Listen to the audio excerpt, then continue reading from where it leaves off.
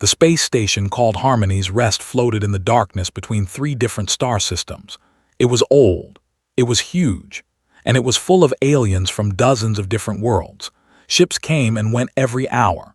Traders sold strange goods in the markets. Diplomats made deals in quiet rooms. Scientists shared discoveries in bright laboratories.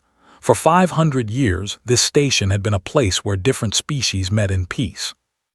Today was different. Today, the humans had arrived. Walked through the main corridor with her back straight and her eyes calm. She was not tall. She was not big. She looked soft compared to most aliens on the station. But she walked like someone who was not afraid of anything. Behind her came three others. Was the engineer, a young man with quick hands and quicker mind. Was the scientist who studied alien life, a woman with gentle eyes and endless curiosity. And was the security officer, a solid man with a face that rarely smiled but hands that were always ready. They were the first official human delegation to visit Harmony's Rest. Earth had only discovered faster-than-light travel 3 years ago. In that time, humans had mapped nearby systems, made contact with alien traders, and learned the common language of the galaxy. Now they were here to introduce themselves properly.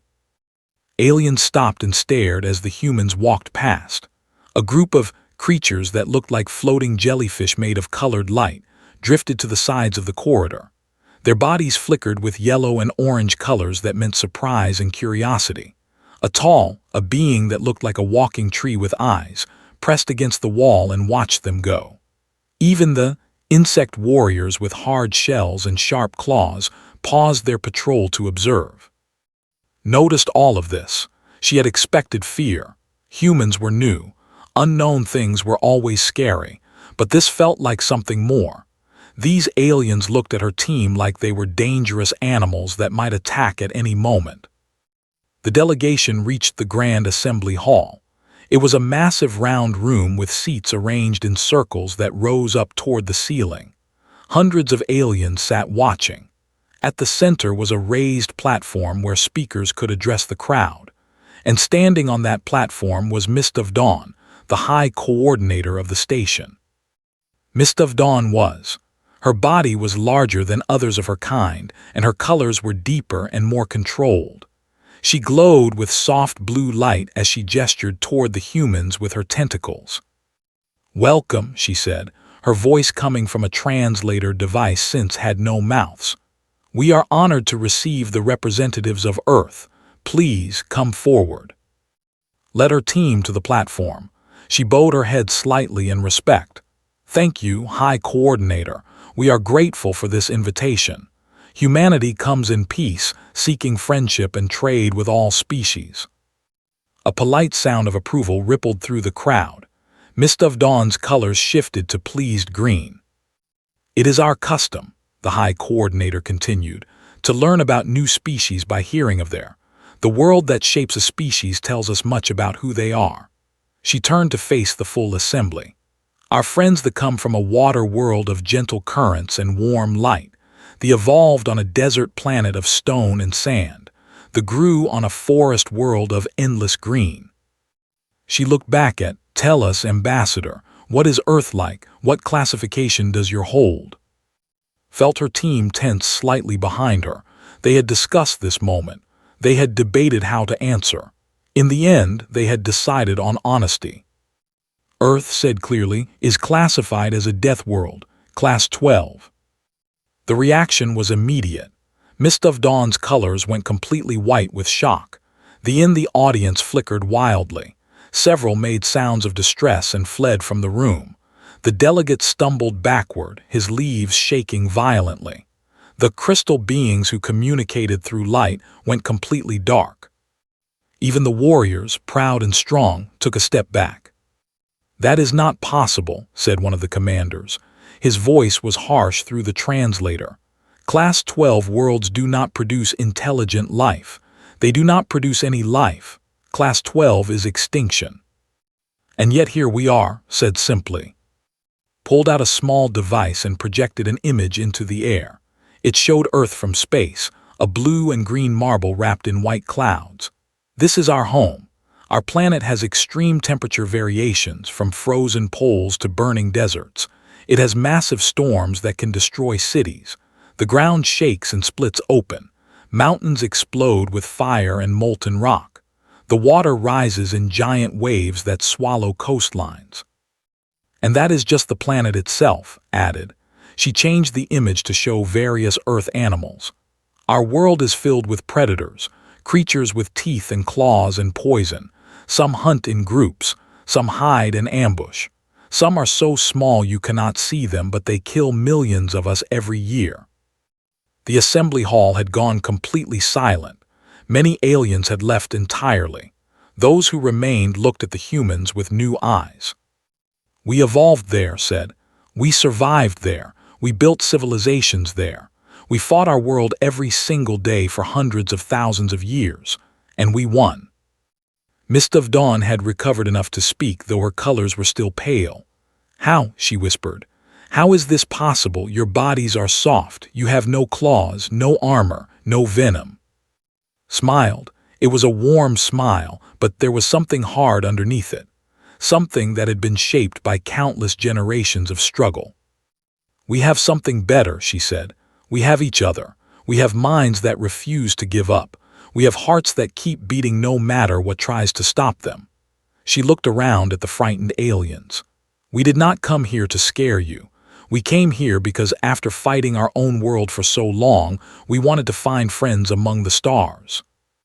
She held out her hand, palm up, showing how soft and harmless it looked. We are humans, and we would very much like to be your allies. The silence stretched on. Then, slowly, Mist of Dawn extended one glowing tentacle and touched his palm. I think, the High Coordinator said carefully, we have much to learn about each other. 3 days passed after the assembly meeting. In that time, the human delegation had become the most talked about thing on Harmony's Rest. Aliens whispered about them in corridors. News programs discussed them constantly. Some species refused to go near the section of the station where the humans were staying. Others could not stay away. Had been asked to give a presentation about Earth's ecosystem. The station's Science Council wanted to understand how a Class 12 world could produce intelligent life. They expected maybe 50 or 60 scientists to attend. Over 300 showed up.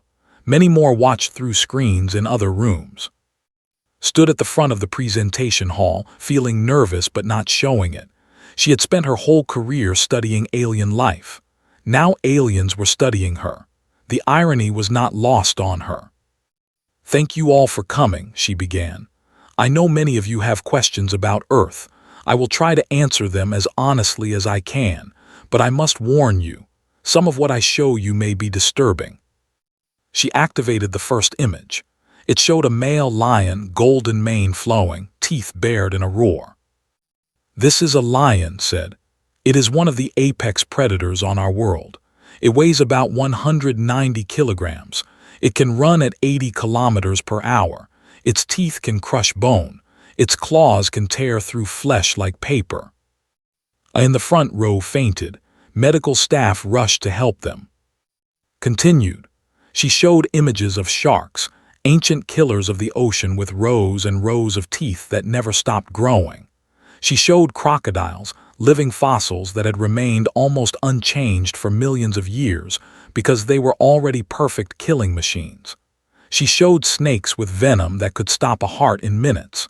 She showed spiders that paralyzed their prey and ate them alive. By the time she finished with predators, half the audience had left. The ones who remained looked sick with fear. But predators are not the worst danger on Earth, said. A scientist in the middle rows made a clicking sound of disbelief. What could be worse than those creatures? Smiled sadly, the planet itself. She changed the images. Now the screen showed a volcano erupting, fire and ash shooting into the sky. Mountains that explode, she explained. When they erupt, they can destroy everything for hundreds of kilometers. They fill the air with poison gas. They block the sun with ash and cause temperatures to drop across the entire world. Next came images of earthquakes, buildings falling, ground splitting open, cities reduced to rubble in seconds. Our planet's surface is not solid, said. It is made of giant plates that float on liquid rock. These plates move. When they push against each other, the ground shakes. Sometimes entire coastlines fall into the sea.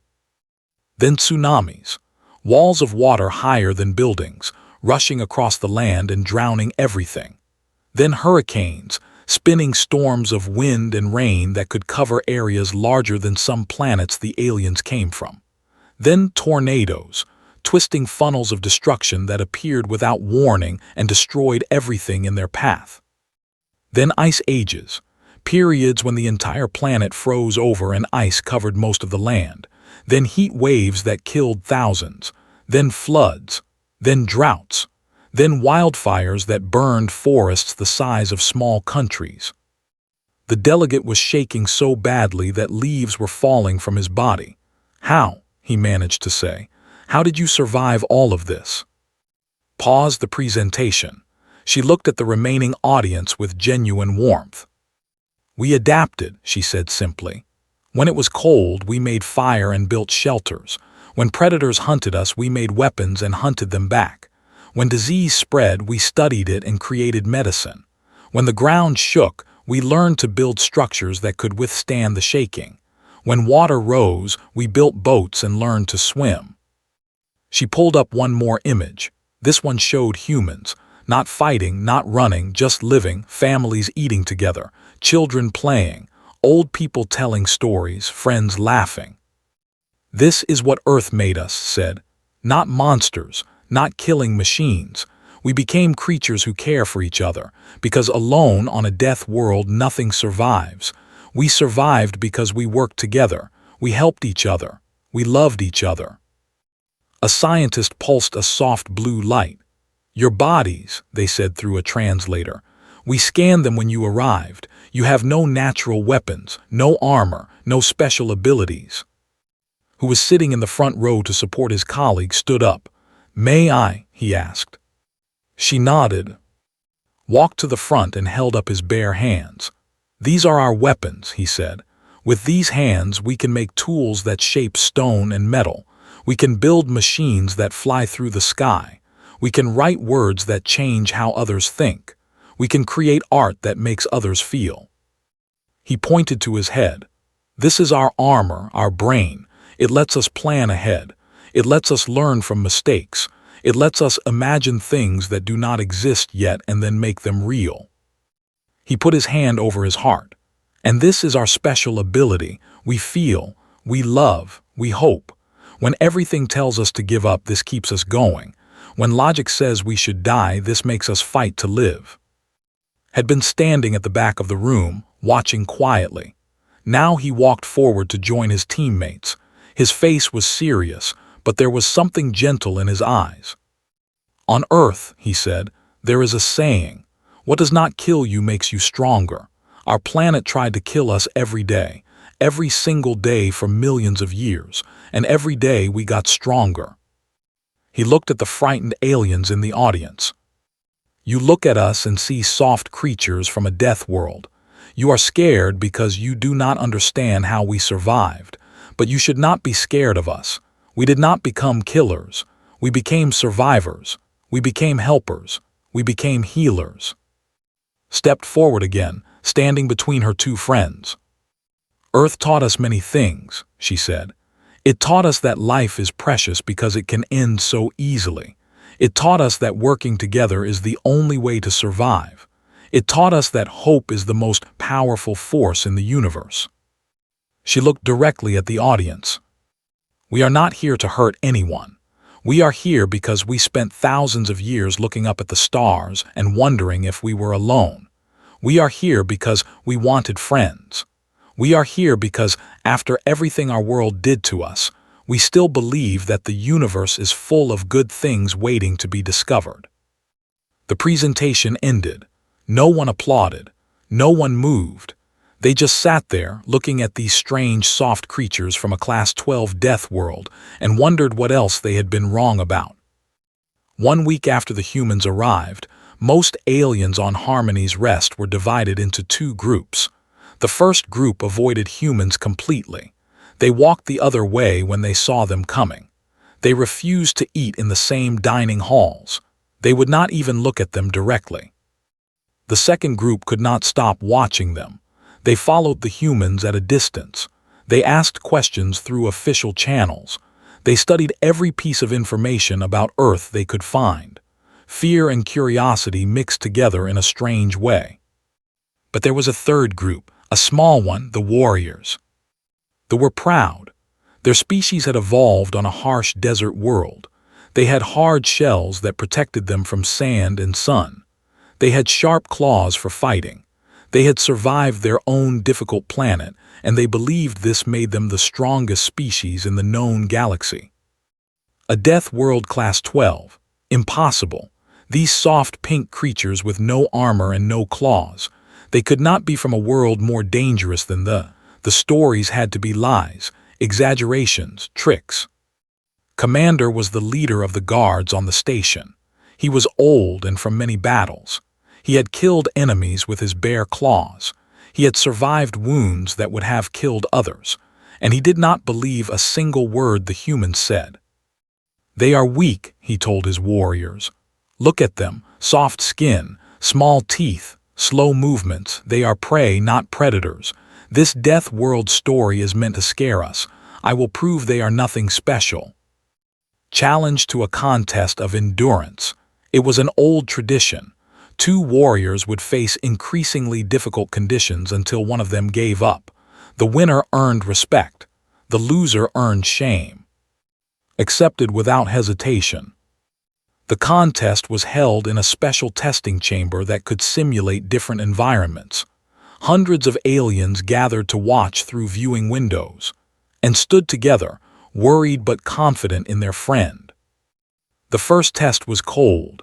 The chamber temperature dropped rapidly. Frost formed on the walls. Breath became visible in the air. Shell provided some protection, but even he began to move slower as the cold seeped into his joints. Simply started doing exercises. He jumped up and down. He swung his arms. He moved constantly to keep his blood flowing and his body warm. When the temperature reached what considered lethal cold, he was sweating. "Is this the test?" asked calmly. "I have slept in colder weather while camping." His eyes widened. His translator clicked with surprise. The second test was heat. The chamber became an oven. The air shimmered. Metal surfaces became too hot to touch. Shell actually helped here, reflecting some of the heat, but his internal organs were still overheating. Took off his jacket and tied it around his waist. "This reminds me of summer in Mai," he said. He was sweating heavily now, but his body was adapting, cooling itself through the very sweat that covered his skin. Was struggling to breathe. His movements became sluggish. He dropped to one knee. The third test was poison gas. A mild irritant was pumped into the chamber. It was not deadly, but it was painful. It burned eyes and lungs. It made breathing difficult. His eyes turned red and watery. He coughed several times. His nose ran. But he remained standing, breathing steadily, letting his body process the toxins. Collapsed. His warriors rushed into the chamber and carried him to medical care. Walked out on his own feet. He sneezed once, wiped his eyes, and asked if she had any eye drops. The watching crowd was silent with shock. But the true test came later that same day, and it was not planned. Was walking through a lower section of the station when he heard screaming. A small voice, high-pitched with terror, a child's voice. He ran toward the sound without thinking. His feet carried him through corridors and down stairs. He followed the screaming until he reached a maintenance area that was normally empty. A child was trapped inside a collapsed corridor. A support beam had fallen during some kind of malfunction. The child was pinned underneath, unable to float free. Worse, a broken pipe was leaking toxic gas into the space. Warning lights flashed red. Alarms blared. Other aliens had gathered at the entrance to the corridor, but none of them could enter. The gas was already at lethal levels for most species. They called for emergency teams. They sent for help. They could do nothing but watch the child slowly die. Did not hesitate. He took 3 deep breaths, filling his lungs with clean air. Then he ran into the gas-filled corridor.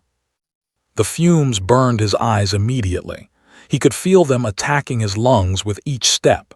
His body screamed at him to turn back, to breathe, to escape. He ignored it. He reached the fallen beam. It was heavy, too heavy for a normal human to lift, but was not feeling normal. His muscles flooded with strength as his body entered survival mode. He grabbed the beam and pulled with everything he had. The metal groaned. His muscles tore slightly under the strain. Blood vessels burst in his eyes, but the beam moved. Inch by inch it rose. The child floated free. Grabbed the child with one arm and ran. His vision was blurring. His lungs were burning. His body was shutting down from oxygen loss and poison exposure, but his legs kept moving. He burst out of the corridor and collapsed on the ground. The child floated from his arms, crying but alive. Medical teams rushed forward. When they checked, they were horrified. His blood oxygen level had dropped to a point that should have caused brain death.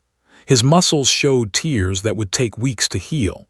His lungs had chemical burns. His eyes were badly damaged. 4 hours later, walked out of the medical center. "Where is the child?" he asked.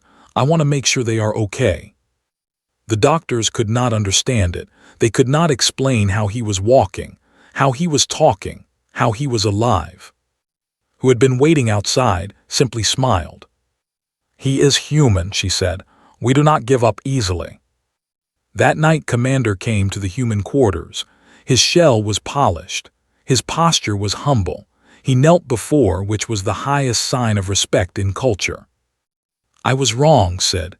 "You are not weak. You are not prey. You are warriors of the highest order, and I would be honored to call you friend."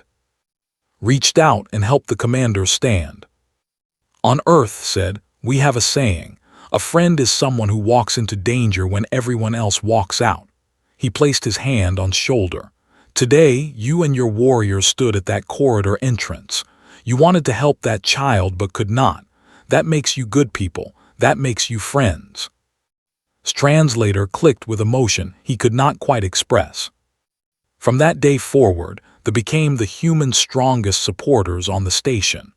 They told everyone who would listen about what they had witnessed, about the man who walked into poison gas and came out carrying a child, about the species that refused to die. Word spread across the galaxy. The Death World humans were real, and they were not monsters. They were something far more dangerous. They were heroes. 2 weeks after the humans arrived on Harmony's Rest, everything changed. Was called to a private meeting with High Coordinator Mist of Dawn. The message said it was urgent. The message said to come alone. The message said the future of many worlds depended on what they discussed. Walked into the High Coordinator's personal chambers, which were filled with warm water mist to keep the comfortable. Mist of Dawn floated in the center of the room, her colors shifting through shades of gray and dark blue. These were colors of fear and worry. "Thank you for coming, Ambassador," Mist of Dawn said. Her voice through the translator sounded tired, old. "Your message was concerning," replied. "What is wrong?" The High Coordinator was silent for a long moment. Then she activated a display screen on the wall. It showed a star map of the galaxy. Large sections of the map were colored red. "Do you know what the red areas represent?" Mist of Dawn asked. Studied the map. The red sections were on the far edge of explored space, but they were spreading inward, growing like a disease. "No," admitted, "we have not explored that far yet. Those are the territories of the Ravagers." The word hung in the air, had heard it whispered in corridors. She had seen aliens go pale when it was mentioned, but no one had explained what it meant. "Tell me," said. Mist of Dawn's colors darkened further. The Ravagers are a species from the outer reaches of the galaxy. They evolved on a death world, Class 4. For a long time, we thought Class 4 was the limit of what life could survive. We were wrong about that, but we did not know it then. She gestured at the red sections of the map. The Ravagers developed space travel about 1,000 years ago. At first, they were like any other species.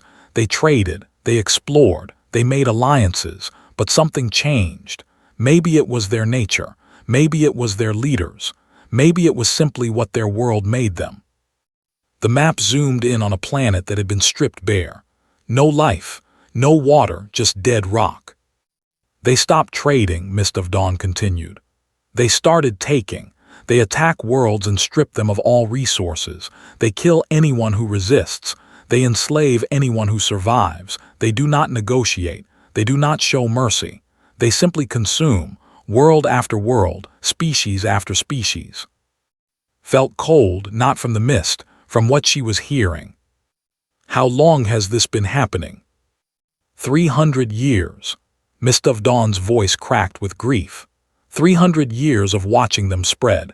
300 years of losing friends and allies. Every species at this summit has lost something to the Ravagers. Territory, resources, people. Why has no one stopped them? The High Coordinator made a sound that might have been a bitter laugh. We have tried, many times, formed the first alliance against them.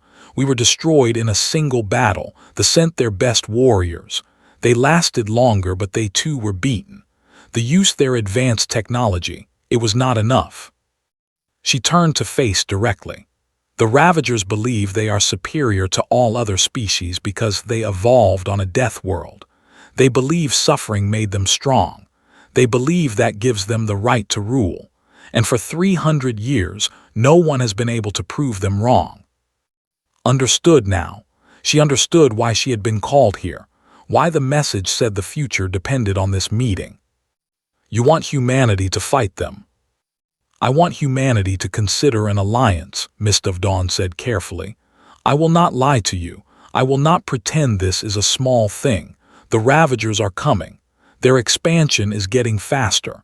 In 50 years, maybe less, they will reach this part of the galaxy. They will reach Earth. Said nothing. She was thinking about her home, about blue oceans and green forests, about cities full of people who had no idea what was coming. When we first invited humans to this summit, Mist of Dawn continued, it was out of curiosity. We had heard rumors of a new species from an unknown world. We wanted to study you, learn about you. We did not expect. She paused. We did not expect you to be from a Class 12 world. We did not expect you to be what you are. What are we? Asked quietly. Hope. The word came out soft but certain. For the first time in 300 years, we have hope. The Ravagers believe their Class 4 world made them invincible, but you come from a world 3 times more dangerous. You survived things that should have killed any species 1,000 times over, and yet you are not cruel. You are not destroyers. You save children from poison gas. You seek friendship instead of conquest. You are everything the Ravagers are not. Was quiet for a long time. She thought about what had done for that child. She thought about explaining Earth's horrors while also explaining human love.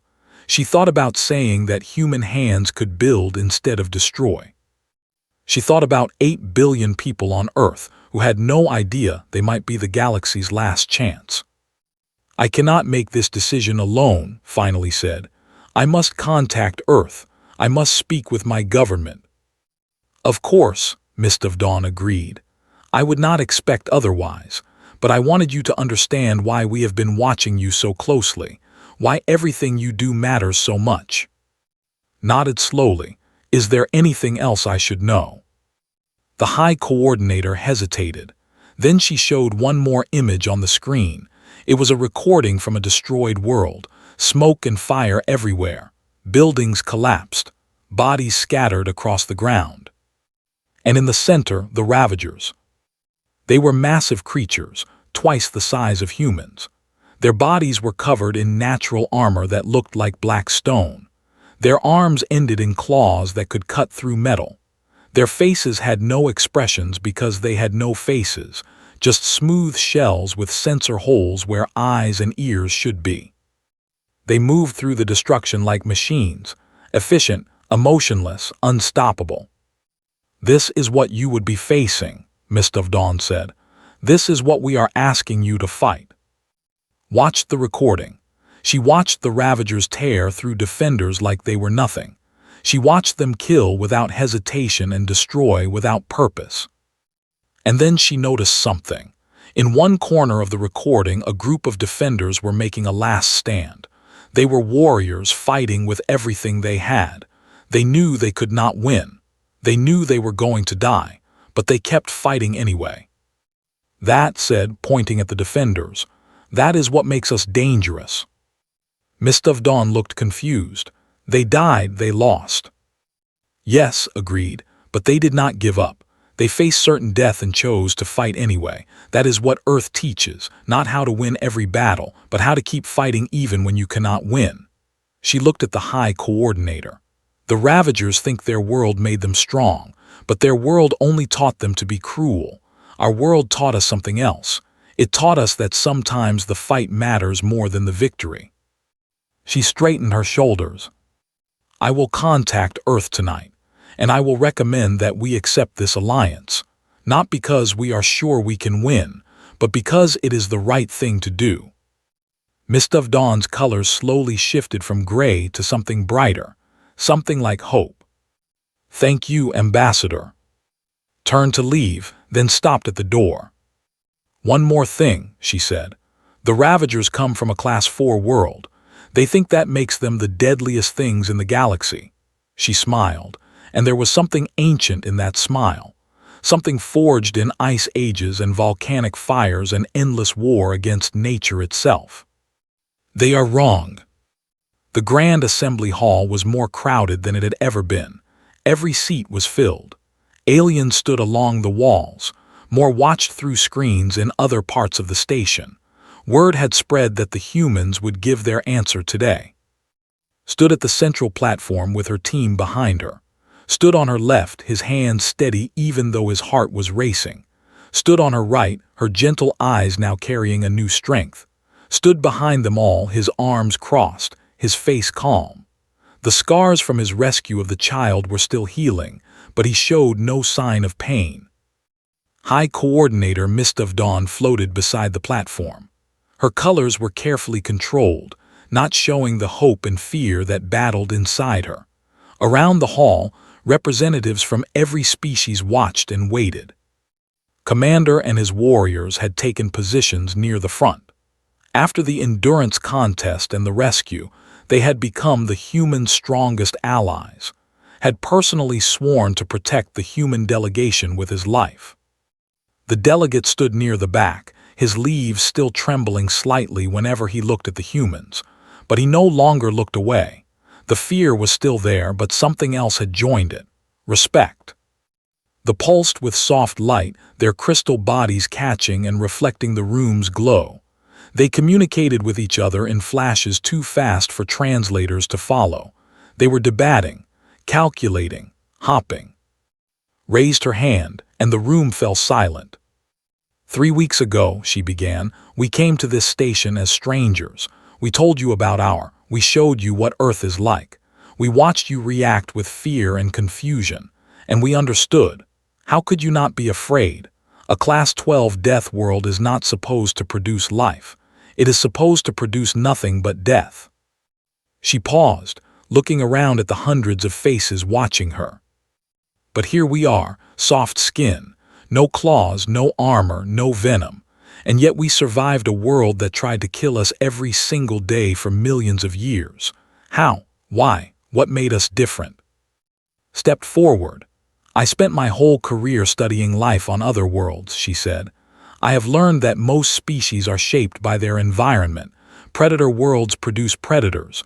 Harsh worlds produce hard species. Gentle worlds produce gentle beings. This makes sense. This is how evolution works. She gestured at herself, at her human body. But Earth broke the rules. Our world was not just harsh. It was actively hostile. Everything wanted to kill us. The animals, the weather, the diseases, the ground itself.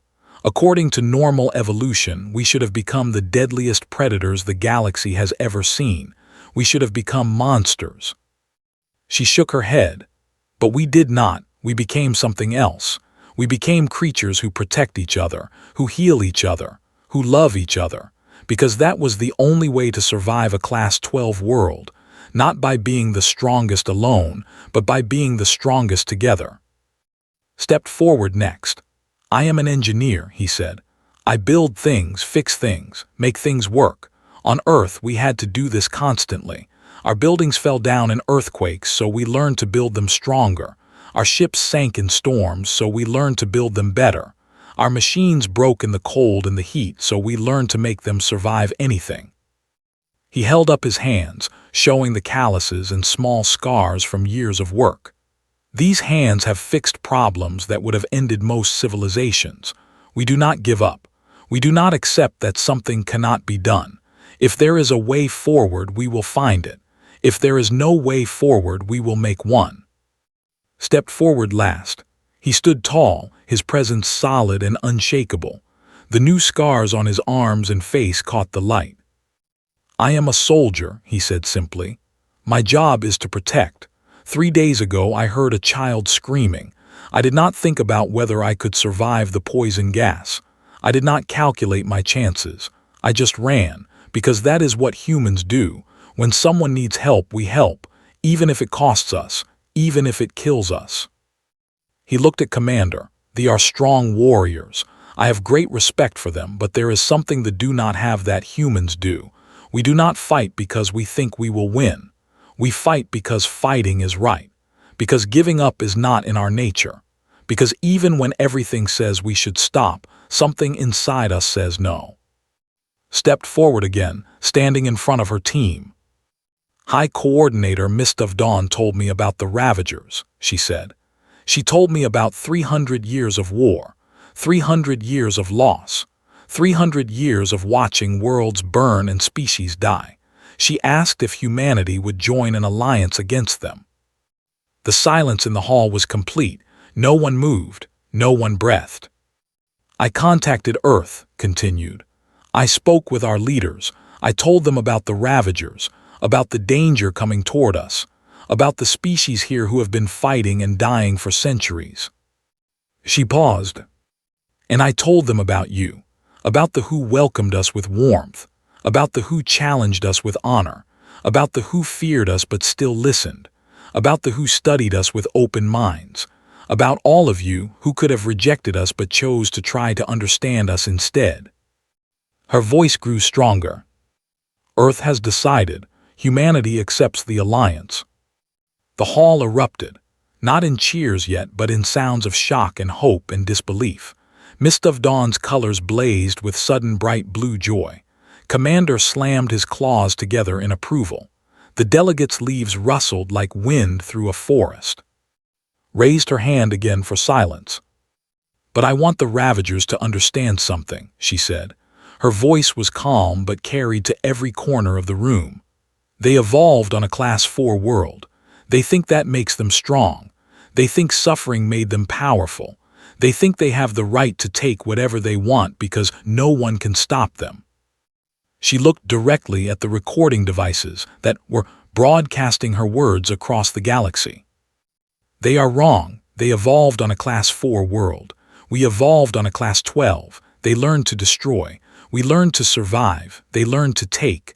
We learned to build. They learned to hate. We learned to love. Her voice dropped lower, but somehow became more powerful. On Earth, we have a saying. You have never truly been in a fight until you have fought something that refuses to die. The Ravagers think they know what survival means. They do not. They have never faced 8 billion people who looked at death every single day and said not today. They have never faced a species that turned suffering into strength and pain into purpose. She spread her arms wide. We are humans. We come from a world that should have killed us. We survived anyway. We built civilizations that earthquakes could not destroy. We created art that outlasted empires. We loved each other through ice ages and fire and plague and war. We are still here. We will always be here. Her final words rang through the hall like a bell.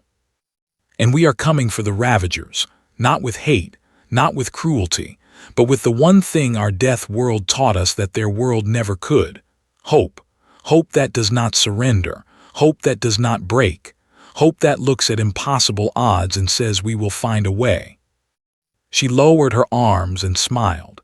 It was a warm smile, full of the same kindness she had shown since arriving, but underneath it was something else, something forged in millions of years of survival, something that had looked at every horror Earth could create and refused to fall. The Ravagers wanted to be the deadliest things in the galaxy. They wanted everyone to fear them. They succeeded for 300 years. She turned and began walking off the platform, her team following behind her. Their 300 years just ended. The Grand Assembly Hall erupted in noise unlike anything it had ever heard. Cheers and clicks and pulses of light and rustling leaves all mixed together. For the first time in centuries, the gathered species of the galaxy felt something they had almost forgotten: hope. And in the darkness of space, far away but coming closer, the Ravagers had no idea what was waiting for them. They had conquered world after world. They had destroyed species after species. They believed nothing could stop them. They had never met a Death World Class 12 species. They would learn.